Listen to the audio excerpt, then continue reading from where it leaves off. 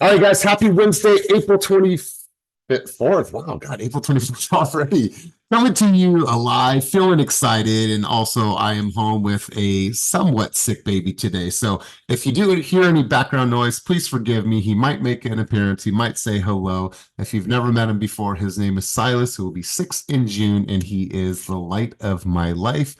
But he's also the biggest headache on some days as well. So you guys know how that goes. So let's do this. I'm going to have somebody bring us out on the field, and this person is going to bring us out on the field, kind of set the tone, set the sentiment, and share with the group their thoughts before we get started on this beautiful Monday morning. Thank you, Darnell. I appreciate it. I said Monday, it's Wednesday. I'm going to go over to Jess Bling. Jess Bling, it's always good having you here. And anytime you're a guest, I have you take the mic because I appreciate you and you speak very eloquently. So I'm going to turn the mic over to you and have you bring us out on the field on this beautiful, beautiful Wednesday morning, not Monday morning. Okay, let's see. I would say that one of the biggest things that's really important, or that has been really important for me lately, is we know deep down inside what we're supposed to do.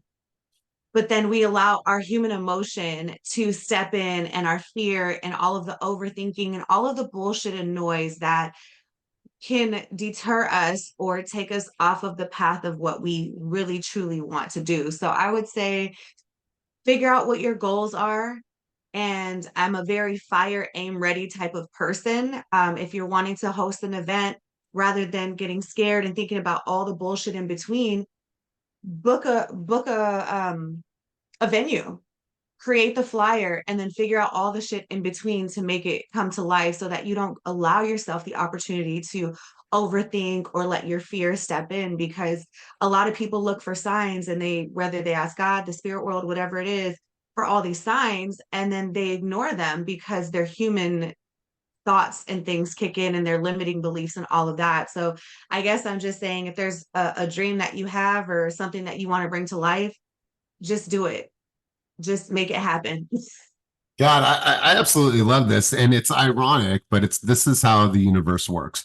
I always have notes prior to our sessions to make sure I keep myself on flow, ask some questions, and just get the train moving because my responsibility is to be a provoker of thought. My responsibility is to ask you guys questions to get the group to start working and talking and really tapping into the collective wisdom. And so I'm going to share a couple thoughts with you guys. And I wrote this here. First off, your challenges, but we'll come back to that.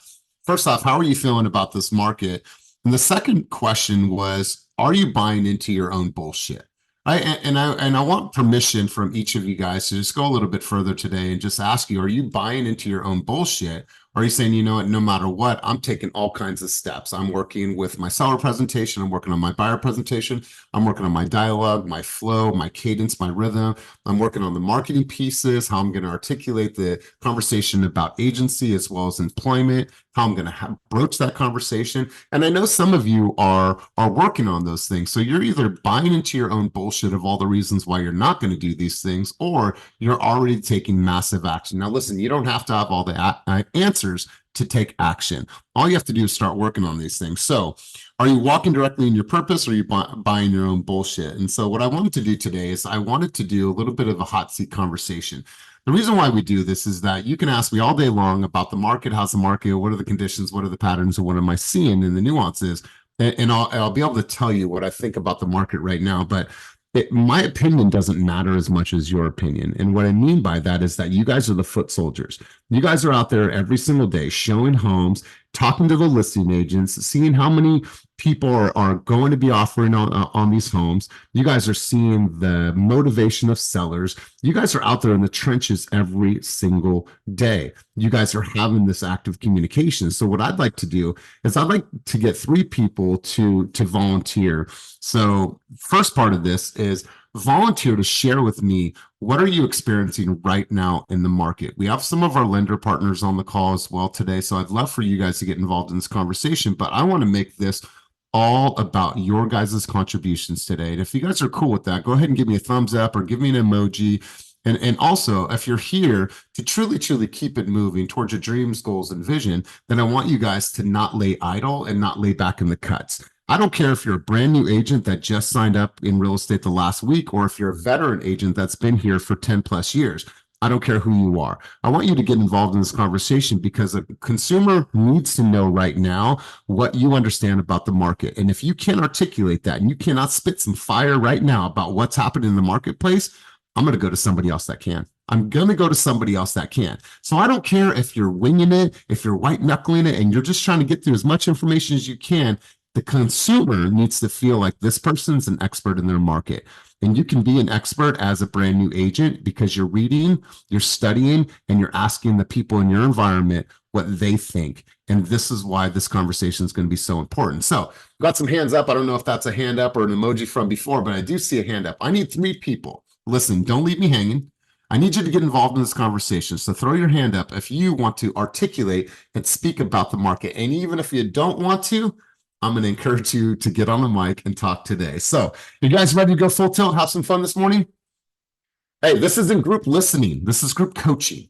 All right, so let's do that. Let's have some fun together. So I'm going to have Christina pop us off. I don't know if you just got back from the gym, but let's go, Christina. Talk to us a little bit about what you're seeing, what you're experiencing, patterns, nuances, conditions, all those things. You guys take notes, and I'm going to see more people get their hands up. If not, I'm just going to do some random picking on the screen. So keep your cameras on. So let's go, Christina.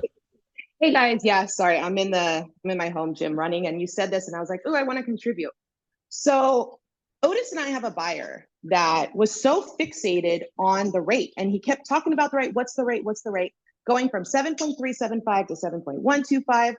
And I did a reel about this on my IG.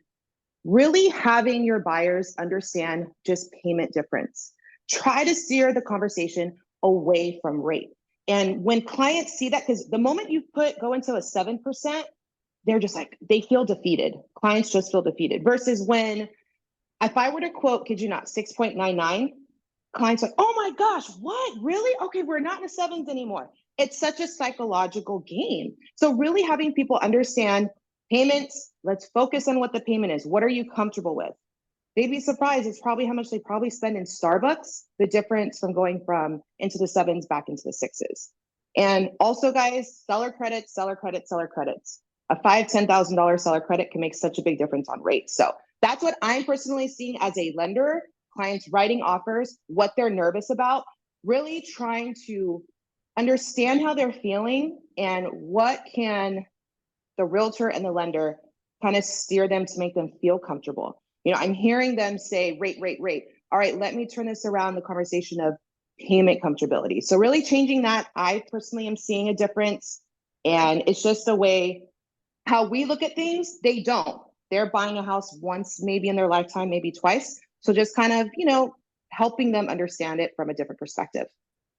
Yeah, I absolutely love this. So let me ask you, over the course of the past 60 days, obviously we've been, in the midst of changes in the NAR settlement information coming out. Have you guys seen an influx? Tell me a little bit about the demand that you've seen on your end for buyers. Has that number gone up for pre-approvals? Walk us a little bit through what you guys are experiencing. Yeah, I would say, and this is for, a lot of people at the money store, our pre-approvals have gone up. Like, people are still, because the summer market is coming. So even with the NAR settlement, buyers really are not really aware of what that all entails, how it affects them. They're really just trying to understand closing costs. They're trying to understand the process. They're not looking at the NAR settlement. So we're still seeing applications are up. Our pipeline, people get into contract, it's still happening. And the way that we're all doing it is using seller credits to do a rate buy down. Can we do a seller credit? Can we also do a lender credit? Bring them down a little bit to more comfortability.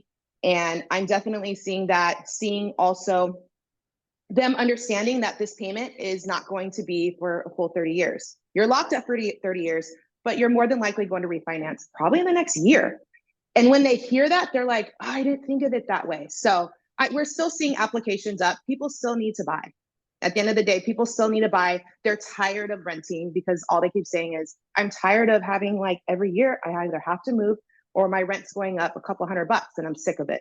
So that's still out there and just making them feel like we're on their side. I love that. When you guys look at your Instagram right now or look at your Facebook and literally go down the amount of followers that you have, I guarantee that a vast majority of the people that are in your world on Instagram or Facebook are in the real estate community. And so what we see is we see tons of information about this settlement. We're seeing it constantly. We're seeing all these videos and we're seeing fear antics and all these things. However, a consumer, they might not be like influencers like you. They may not have a big pool of people. They might have a small Instagram, and that's friends and family and coworkers. They're not receiving this information at an abundant level like you guys are. So to think that a consumer knows everything about this NAR settlement, or that they're trepidatious about the settlement, I think that's a misconception. So we have a responsibility to address it. But at the end of the day, people are still moving. They're buying houses, they're selling houses, and the market is still moving at a very rapid pace. And so I love this, Christina. We're going to go Darnell. I know he's with baby. And then on deck will be Dominique, and then we'll go Jeff. So Darnell, let's hear from you, big dog. What's your thoughts, contributions? Talk to us a little bit about the market. Well, first off, I wanted to introduce Paris, who I believe is still on the call. Hi, Paris. She's on her way to getting her license and hit me up, had interest with Team Fast. So right on for showing up, showing out. Introduce yourself after this. Yeah. But I wanted to say, oh, go ahead. No, I was just saying I'm Paris. I'm getting my real estate license. So I wanted to be in the business. All right. Well, hi, Paris. Welcome. Thanks for being here. All right, Darnell, hit him with it. Let's hear it. Yeah, so I had a listing opportunity, which is an investment property, and she said she wanted to wait, and this was earlier in the year, and she was waiting on a specific number, and I thought it was a great idea. The competition built up, and now the value has went up to higher than the number she's anticipated, and she's still waiting for what, I'm not sure yet. It's still a daily conversation.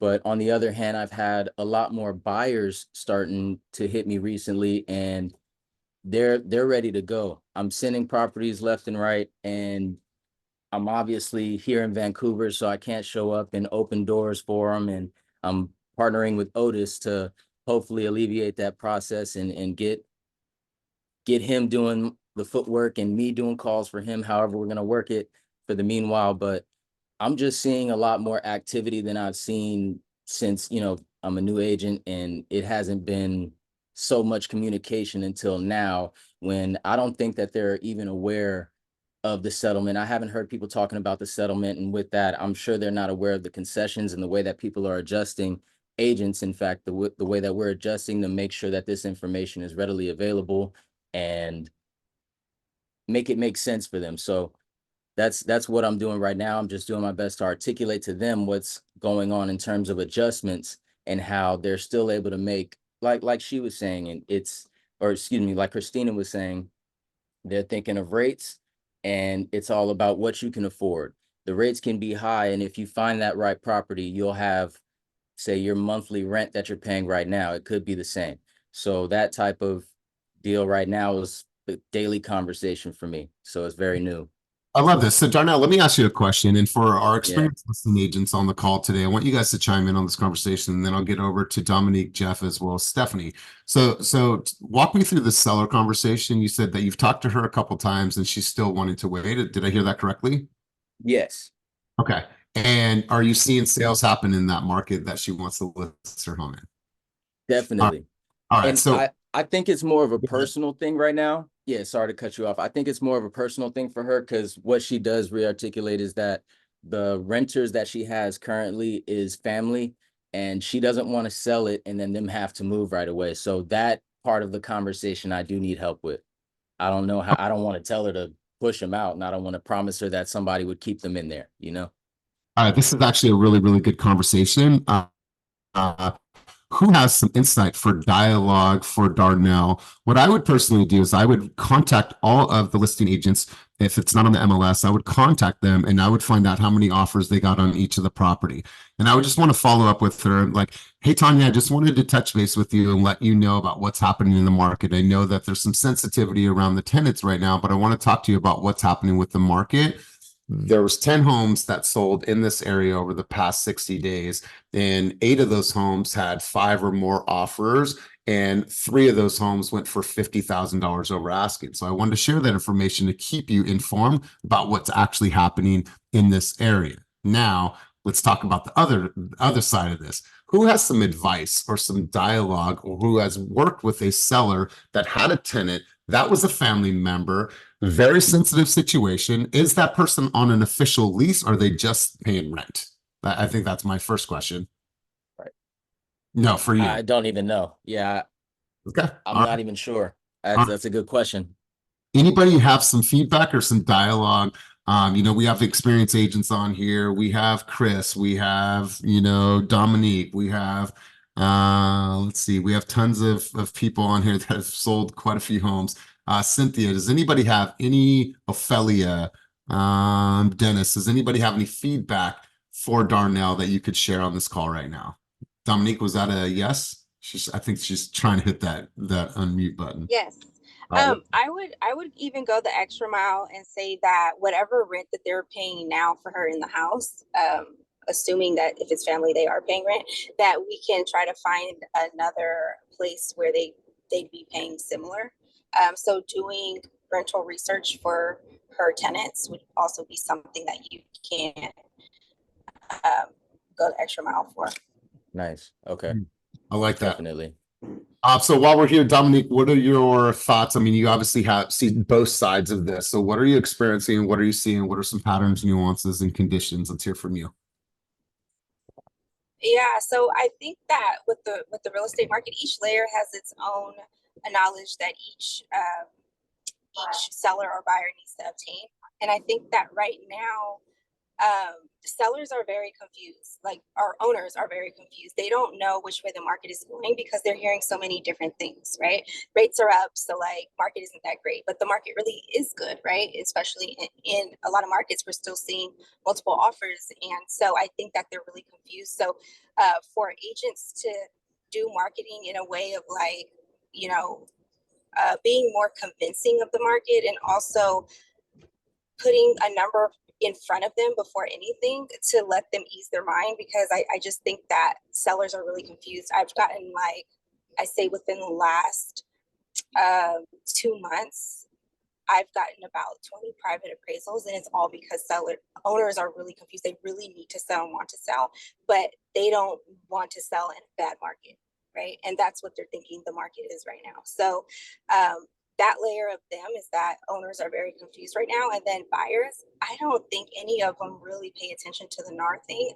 It doesn't appear that it's a big thing for them. I hear mostly agents talking about it, some lenders, but the average person doesn't know anything about it. Yeah.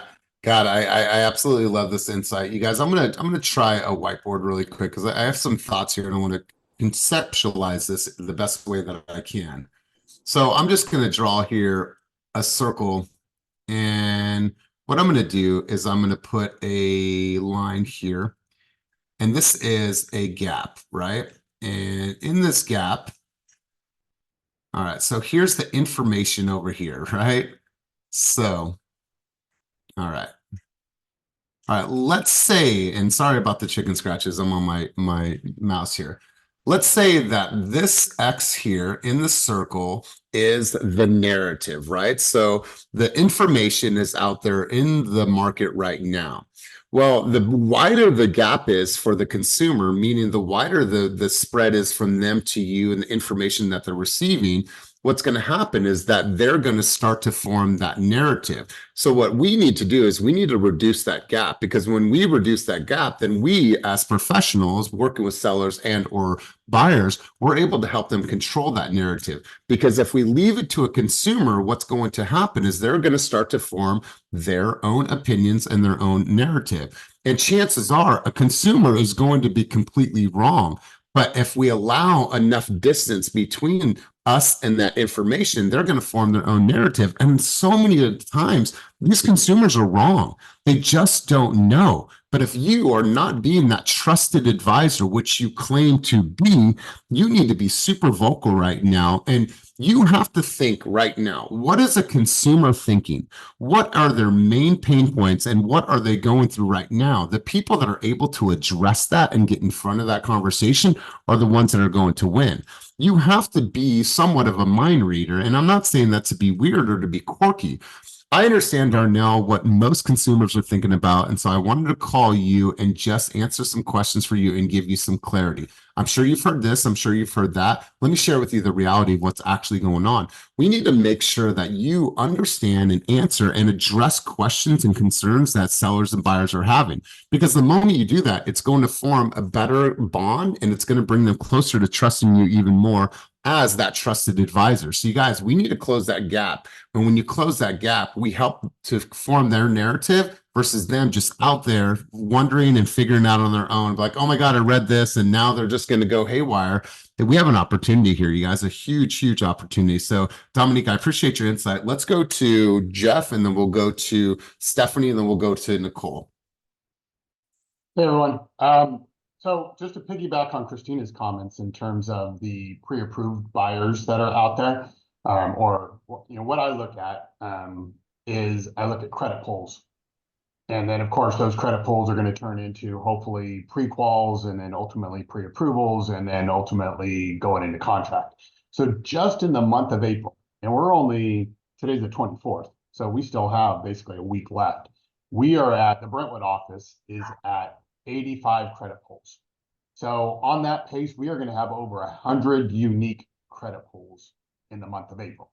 Now, again, those are high level. We all know the sales cycle could be a few weeks, but more often than not, it's at least 3 months, if not 6 months. So these 100 credit pulls are not ready to buy a home, but just from an activity standpoint, even with the rates out there, even with it being in the media, even with it being over 7, the activity is still out there. So of course we need more inventory to get those people that are ready to buy and that are pre-approved, get them into contract. But just know that activity is out there. Second thing is, and I'll maybe let Stephanie elaborate on this. I know she's got her hand up. I don't know if she was going to talk about this, but Christina talked about this a little bit too. Seller credits, and those seller credits, utilizing those seller credits in a way that is going to affect the buyer's payment and their interest rate, but in the short term, okay? So don't forget ask your lending partners about temporary buy downs, okay?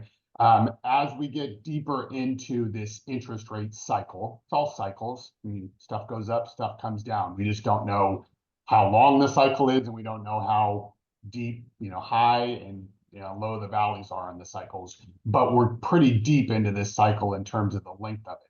So getting even a one, and this, Stephanie's working on one right now, but even getting a 1-year buy down or a 2-year buy down is going to put them in a much better position today, 6 months from now, a year from now, and then, of course, opportunity for, refinance hopefully in the near future.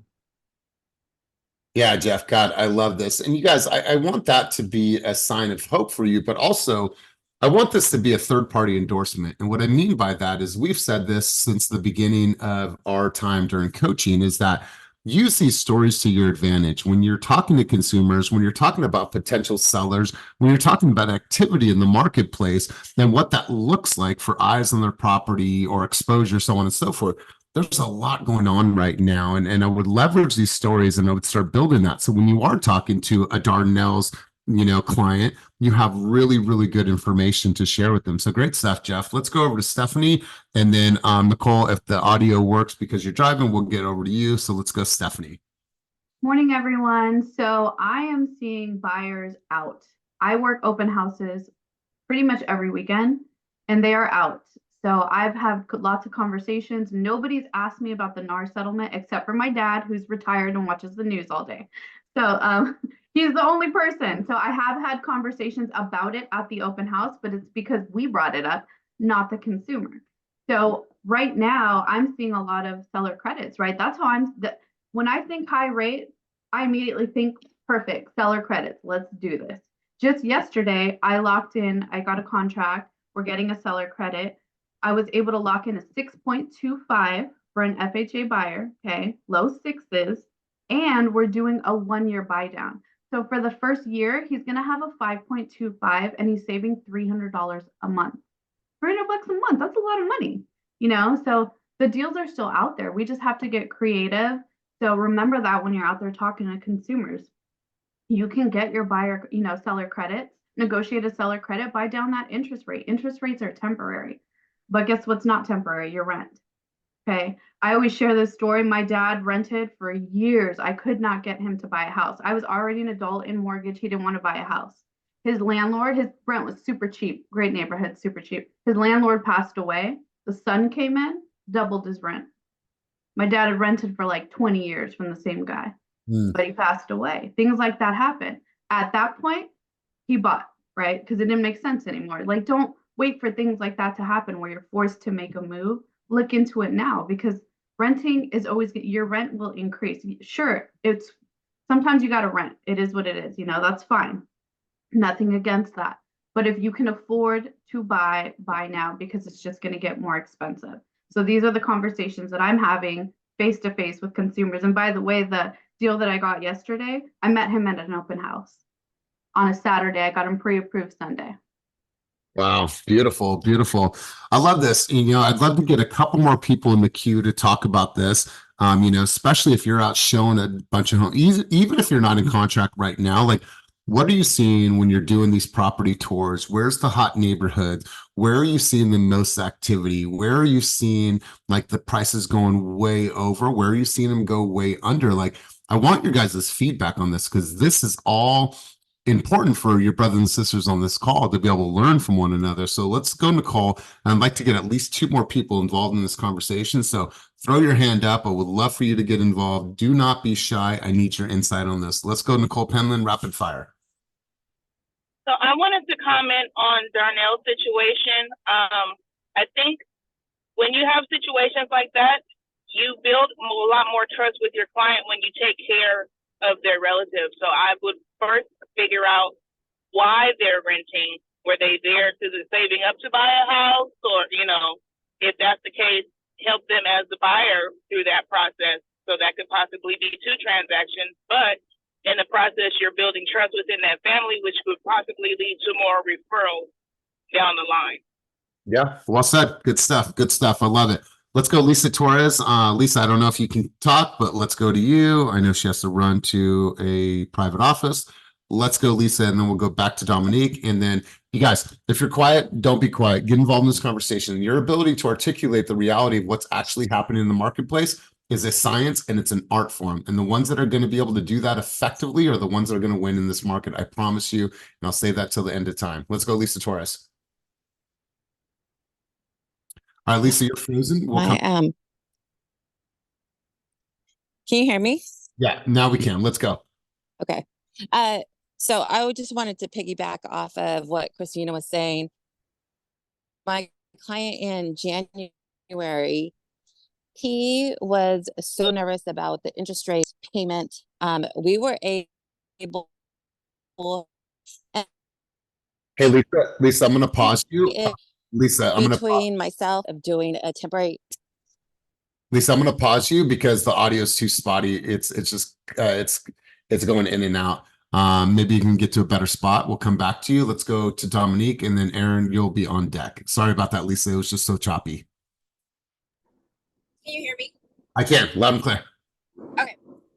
When you were talking about what's the hot market, a hot market, I mean, it is like so hot, is San Leandro. I did a 1,400 square foot house, very minimal updates. And I walked in that house thinking, okay, I hadn't ran my numbers yet. Okay, we're probably going to look at about 675,000 or so. Wrong. It was appraised at 940,000. It could have been 970,000 for a 3-bed, 1-bath, 1,400 square foot house on a 7,000 square foot lot. It could have went for 975, but I was I just gave it a little leeway just in case. The San Leandro market is so hot because it's right next to Oakland, and Oakland is like crazy, that it drove San Leandro prices up. Not saying San Leandro isn't a desirable area, but those houses weren't going for that much. We're talking, you can go to Brentwood and get I just did an appraisal in Brentwood, 5-bed, 3-bath, 3,100 square foot home for 985,000. So a 3-1 in San Leandro is nuts. Yeah. And you know what? I'm so glad you said that. I was actually looking at this a little bit earlier, and I'll try to annotate this on my screen here. So if we look at San Leandro, which is right down here at the bottom, and we look at the sales of homes are actually down from same time last year. It's actually down 12%. However, in the middle category here, you'll see that prices are up 8%, and the average list to sales price compared to last year is actually 8% over. To talk to somebody that has lived in, say, Assumption Parish or parts of San Leandro for years now, to say that they could potentially sell their house in the high 8s or high 9s, they would think that that's absolutely ludicrous. And there's a lot of people that are living in these markets that we're speaking about that have no idea the amount of equity that they're currently sitting on until somebody like you comes along to educate them and shows them how to leverage that equity. Good stuff. Yeah, and then one more thing. So with that is he's a retired Oakland police officer, and he owns 2 homes, so he needed 2 appraisals because he's planning on moving out of state. So he bought this home for the San Leandro home for $260,000 back in, like, I don't know, early 2000s. And when I gave him the appraisal, he was like, wow, he didn't even know it would even reach that amount. It was bananas. It is bananas. And I think you guys, when you're thinking about this, and we won't get too far off topic, if you're hearing information like this from Dominique, other people are talking about hot markets, key areas, what you're seeing, what you're hearing, experiencing, what should be going off is bells. And those bells are, oh my God, that is a door knocking opportunity. Hey, who wants to team up with me? And let's go knock that neighborhood. And then let's start educating these consumers about the mass amounts of equity that they're sitting on. Because just like Dominique said, some people have no idea, because why? They're just living. They're living in their home. They're experiencing their life. Maybe grandbabies are coming over on the weekends. They just don't know until someone comes along to educate them. And now you say, okay, maybe you diversify, or maybe you don't sell. And maybe you take a portion of that money and go buy an investment property for the family to continue building that legacy for your, empire. So really great stuff, Dominique. Let's go back to Lisa. Lisa, what I'm going to have you do is I'm going to have you cut your video. Let's try one more time. And then if it doesn't come through or convey, we'll just move on. But Lisa, let's go one more time. I want to make sure we don't skip your contribution. Can you hear me a little bit better now? I can. Okay. So in January, I had a buyer who was really hesitant about the market, interest rates, payment. And between myself and the lender, we were able to educate him enough to where we got a partial seller credit to do a 1-year buy down so that he could use part of the credit to help with his closing costs as well. So he was nervous about how much cash he had to come out of pocket. But at the end of the day, with all the maneuvering of credits and temporary buy downs, he wound up in a great place where he saved quite a bit of money, having to come out of pocket with the cash he needed to close. He was happy with his monthly payment, and just super excited about the overall experience and the learning that he went through, because he had no idea how flexible things were. He just thought, these are the interest rates and that's what it is. So yeah, good stuff. I appreciate the contribution. Eric, Chris, let's go over to you. Let's get your thoughts, insight. What are you experiencing? He recently got in contract for $920,000. So let's hear from you, my man. Well, I was thinking that I'm getting more positive feedback on the Dream for All program and DPA programs and excitement around that than I am from fear and trepidation from the NAR settlement. So it seems like that might be driving applications also. And I just from talking to people, they seem just more engaged in the down payment assistance programs. And then, yeah, that buyer I got into contract, they were looking at a certain part of Martinez that's up by Highway 4 and Morello area, and those houses were going fast. They were going over asking, and it was just interesting navigating that market and kind of getting a feel for how to get an offer accepted. And then at the same token, Ophelia and I are working on something that's going to be coming up in May 1st in Benicia, where the market is just, they don't have as many comps. The buyer's expectation and managing how much their house could potentially sell for, I'm extremely appreciative to have her kind of helping me and actually working with me to navigate through that. She's been incredible. And so it's just crazy how just a bridge can kind of change dynamics and markets. And so I'm learning that. But overall, I feel like the buyers are still excited. They're not even really talking about the rate as much. They feel like they've just come to terms with the rates are high and they understand that they can refinance and get lower in a year. They're hoping it'll be a year, but that's the one gray area is when the feds keep messing with the rates and they're expecting cuts and drops, and then they're getting news that it's not coming. That's only fear and trepidation, but they know they'll be able to refi in the next couple of years. Yeah, I think the conversation about rates, people are accustomed to it now. Whether it goes up 0.25, down 0.25, people are accustomed to that right now. If you need to buy a home and it's affordable, you're going to buy a home. Like if you can afford the monthly payment, you're still going to buy a home no matter what, because you need to purchase a home and stop throwing away your money. I want to share this with you guys because every single person should have people in their CRM. Their CRM should mirror with RealScout. If you're not on the team right now, whatever CRM that you're using, make sure that it is up to date, because here's why. If I look at everybody that is in our lead pond, now obviously some of these people have been in here for a long time, but what I'm doing is I'm just looking at last activity, and I'm going to go from the newest activity. And I'm looking at all of these people who have recently been on and have viewed properties recently, 3 days ago, 6 days ago, 7 days ago, 11 days ago, 11 days ago, 14 days ago. There's people that are still actively, and this is a lead pond that this has been around for some time. So the point is everyone needs to go in every Monday, Wednesday, and Friday, despite who you are on this call, and look at your CRM. Run a filter of last activity and see what are these people actually looking at. You can also see that in RealScout. Run that list and be like, okay, now I have people that said that they had no desire to buy a house, but last night at 11 p.m. they viewed 6 properties, or they came back to the same property 6 times. Why would a consumer do that? Well, they're doing that because they actually have a desire to want to purchase a home. But if we allow them just to keep window shopping and never actually contact them and say, hey, Darnell, I noticed this, or I found this property that would be a good fit for you. Let's go take a look at it. If we're not doing that actively and we're just allowing people to walk by and browse, we're not doing our job. You guys, people need our help. They need our help. They need clarity. They need understanding. They need a guide. They need an advocate. They need somebody to be that beacon, that lighthouse, that Sherpa. You have a responsibility. That's why every single person that you meet, open houses, at the market, wherever it is, at your barbecues, at your cookouts, at the things that you're doing with your family, all those people go directly in your CRM. The moment you're able to look at their patterns, their rhythm, their search criteria, and what they're doing actively, then you can address that accordingly. Stop moving people, or stop having like a Excel spreadsheet that doesn't have life, right? Your RealScout, as well as your follow-up boss, have a life, and it has a presence, and it has activity that you can then respond to accordingly. So really good stuff. Aaron, was that a new hand or was that an old hand? Sorry, if that's an old hand, just go ahead and throw that hand down.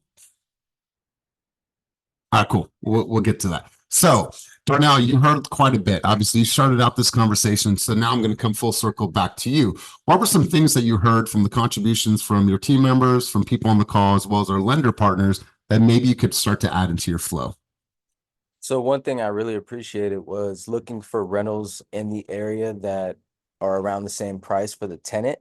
But I mean, it's all family, right? So it's the listing, the seller is family, so those tenants are family as well. So I of course have that same love for them, and I wasn't even thinking of finding them another rental. So that's on me. That was great insight for me. Seeing if she's on an official lease or just paying rent. That's also a great question in terms of how, her fear for not even wanting to pull the trigger on that, So that, and of course, why they're renting, the tenants. But that brought me back to the reality of I remember my cousin, her father is dwindling in health, and they're not looking to move and put that extra stress on him at the moment. So like there's a few variables that I do have to navigate in that conversation. It just, with the team's contributions, it all came full circle, and it's got me reminded and thinking a lot more about the situation in a whole. So I I got a lot. I love this. Here's the thing, you guys. Coming to group coaching allows you to see variables that you may not have seen on your own, right? You're looking through one prism. Despite your level of expertise, somebody else will be like, hey, have you looked at it this way, right? I'll have a thought, an idea of where I want to go with something, and I'll talk to Kenny, and he'll be like, oh, what about this?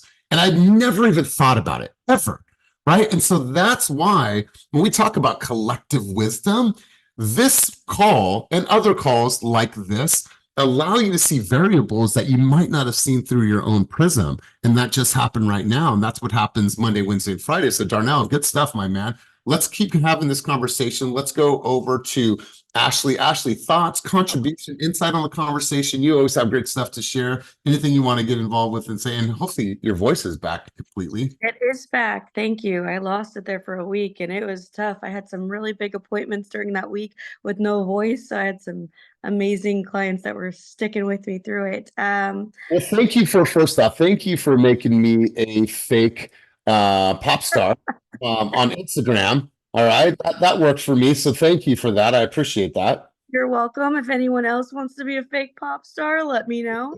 It takes like 5 minutes. And thank you for hosting this call, because the reason I was able to do this was because Jeff shared a link about AI and I watched one video and I learned how to do it. And I was like, oh, this is super easy. So collective wisdom at its finest. Just basically everything everyone was already saying. I really like how you pull up that tool. I wish I had access to the MLS, because that is something that is so powerful that you guys have, because I can't be telling somebody in San Leandro, oh yeah, for sure, let's talk seller credits, don't worry about it, we can, negotiate. And I would never have that conversation anyways, but I wouldn't even bring it up if I knew they're shopping in San Leandro. So doing your research and knowing what the patterns are is so important. And then if it is an opportunity where maybe the house is sitting for a little bit longer because we do have higher interest rates, bring on the seller credits. Vivian had a contract that was a multi-unit, and the rates, because it was a 60-day close, went, it was like at 8% for the multi-unit, but we were able to negotiate in a 2-1 buy down, 6% interest rate for a multi-unit all this year, 7% next year, and hopefully we'll be able to refinance before they ever even see 8%. So knowing where your client's shopping, knowing the numbers behind it, and then knowing all the different strategies we can do, super powerful. Yeah, absolutely. Running your comps every single time. So I'm not saying run like the comps and like go through every single one fine tune, but get a general understanding of what's happening in the market, how many offers are being accepted, how many of those had concessions, what was the average co-op buyout or payout on the other side. Like that's all information that you have readily available. And I promise you, those types of conversations are going to win with the consumer, because now what are you doing? You're further displaying your level of expertise and why they should work with you and why they should compensate you and pay you to represent them and represent them legally and advocate for them legally, because you have an agreement signed. So really, really good stuff, Ashley. I love this. Here's what I wanted to ask you guys before we start to wrap session, kind of get some takeaways from everybody. I want you to ask yourself, right now in the market, whether you are a veteran, whether you're an up-and-comer, or whether you're just starting on this journey, I want you to ask yourself right now, what is my biggest challenge, right? And it's a very, very simple question. But when you write the answer, or when you think about that answer, I want you to go a step further and say, do I have the solution within myself? And when you put it back on yourself, when you say, okay, I have these challenges, it's the market, it's this, or whatever it is, right? Oftentimes, if you just turn that back around and say, do I have the ability to fix this on my own? Do I internally have the intestinal fortitude, the discipline, the follow through, the whatever it is to fix this challenge. And I promise you, 9 times out of 10 you do. Now there's circumstances that we cannot control, such as health, such as weather in certain cases, and I get that and I respect that. But oftentimes that answer lies directly within, and you all do. So whether it's a discipline challenge, whether your business is not doing good, you need to ask yourself, well, did I actually prospect over the last 2 weeks? How many open houses did I do? Did I create any videos? Did I do anything to move my video? So am I really challenged, or is it just challenged with actually doing the work and actually doing the activity? So the first part of the question is, what am I challenged with? And the second part of the challenge is, do I have the answer to this challenge? Do I have the solution to this challenge? And if you don't, and you still find yourself up against the wall, schedule time to connect with me one-on-one, and we'll go a little bit further. But I believe that each of you have those answers, and they lie deeply within. So let's do this, you guys. Let's go around the room. I have a couple guests online myself today. I want to hear from them. Samantha Benz, no relationship to Mercedes-Benz. However, it is a very cool name. I love it. So Samantha Benz, let's hear from you. You are in the South Bay market, right? Or no, not South Bay, Peninsula market. So let's hear from you, Samantha. What were some of your thoughts and takeaways from Keep It Moving today? And thank you for being here as a guest. Yeah, thanks for having me. It's inspiring to come on these calls. I just think the motivation everyone has and just sharing insight from lenders and then people that have done deals, people that are just getting started, just as a new agent, it's motivating me. And especially the question you just asked, Elias, about what we're doing to move the needle forward. It's my business is my responsibility. And if it's not going the way I want it, that's on me. So that question has pushed me to self-reflect and figure out next steps. So thank you. And thanks everyone for sharing. I really appreciate it. I love it. And that's why I've been having you guys write down this little box on a piece of paper. And if you haven't done this exercise, it's a really good reminder. You make just a tiny little box. And inside that box is the numbers, whether it's appointments, doors that you knocked on, conversations that you had, and presentations that you were able to conduct. What does not fit in that box is your story, is your excuses and your bullshit. Only results fit into that small little box. Right. And I love all of you enough to not listen to the stories, the bullshit, and the excuses. I don't. I love you guys enough to not hear all that. So really good stuff, Samantha. Let's go to Jess Bling. On deck will be Zoom user, which I think is Sierra. And then we'll go back to Nicole. So let's go, Jess. Can I shamelessly plug my event for this Sunday? You already did, but do it again. Okay, real quick, because there's more people on here. You guys, there is going to be an amazing panel. Sorry, my dog keeps kicking me. Amazing panelists for entrepreneurs that are from all walks of life. We have a chef, we have a tattoo artist, we have a real estate wholesaler. It's going to be at the Oakland headquarters Team Fast office starting at 1 p.m. I'm going to feed you guys, and please come and get some nuggets. It's not just going to be real estate related, but I feel like people are going to be able to walk away with amazing nuggets as a refresher. So please let me know if you can make it. If you go to follow my Instagram or click the link in my bio, you can RSVP there, text me, whatever. But I want to see your faces. Okay, thanks. Bye. Beautiful. And you can see her Instagram handle on her picture right there.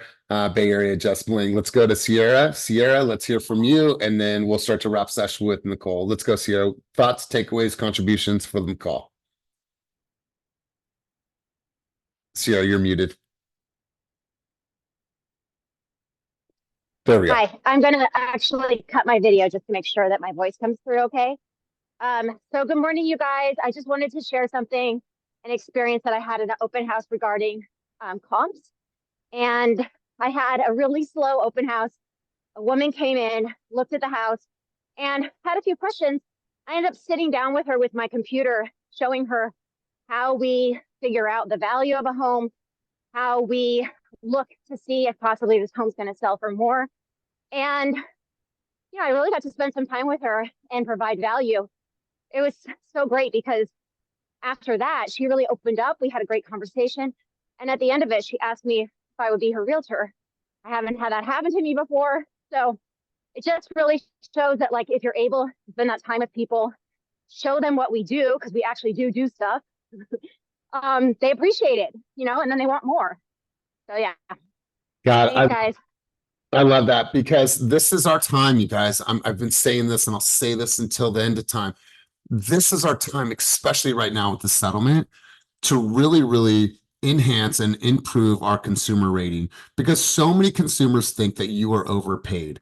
That you do easy work like such as opening a door and writing an offer. They don't see everything else that you do. They don't understand everything that you know, and they don't know how you're going to truly advocate for them and be a client for, and they're going to be your client for life. They don't see all that. So now we have an opportunity to enhance our consumer rating, and I love that they chose you, Sierra. Let's go, Nicole. Let's go, Nicole. Last contribution of the day, and then we'll wrap sesh. All right. So in light of collective wisdom, I wanted to share that we're not the only industry that are going to be going through some changes come June, July. The insurance industry is going to be going through some changes as well. I think it would be a great benefit to the team if my dad joined in and gave some insight. He spoke a little bit about it on my event last past Friday. But because so many carriers are going to be pulling out of California, and there's going to be rate increases, it's going to complicate the process. And being that that's part of our home buying process of having that insurance, I feel like that would be a great benefit. Elias, I did fill out that link that you shared. If we had anybody or whatever, sent it over to you. But he said he would definitely be interested in sharing with the team. Yeah, hey, that's good insight. Yeah, let's definitely have that conversation. So you guys, I appreciate this conversation on Wednesdays just because it's really important that you guys get involved. And what I want to challenge you to do, implore you, and push you to do is to start raising your hand. Because what I want this to do is I want this to have a rhythm, and I want it to be fluid. Because what's going to happen is that a consumer is going to talk to you tomorrow, right? They're going to talk to you tomorrow. Say you didn't come to this conference or this session, and say Brandy gets a phone call from a seller or from a buyer that's thinking about purchasing a home in San Leandro. Do you think that Brandy is a little bit more equipped to handle that conversation, or at least have an intelligent and astute conversation about that market versus not being here and not speaking up? So what I want to encourage everyone to do is, once again, this is not Keep It Moving group coaching listening. This is group coaching, right? This is not just a podcast that you come and listen to and tune out. You should be involved. You should be engaged, and you should participate at a very high level. These sessions are for you. They're not for me. So do yourself the justice of making sure that you're taking advantage of this time that we come together 3 times a week. I will never discount your time, nor will I discount mine. So I want you guys to get involved in the conversation. That's all I have to say about that. So you guys, thank you for everything that you did today. Thank you for all of your contributions. If we had a final parting word from anybody, let's go over to Janice, let's get a parting word from you. Thanks for being on. Oh, let's go. I didn't want to give a parting word. I actually had a question. All right, so I was at the YPN trust and probate like seminar thing yesterday, and I met a woman from a title company.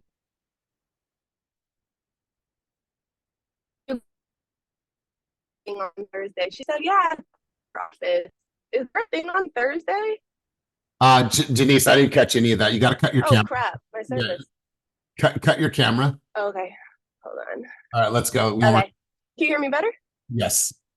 Okay. Oh my God, I'm in the worst service area ever. So I was at the YPN probate and trust like seminar thing yesterday, and I met a lady from a title company, and she was like, "Oh, you're with Team Fast. Are you going to the event on Thursday in your office?" And I was like, "Oh, I didn't know there was an event on Thursday. Is there an event on Thursday?"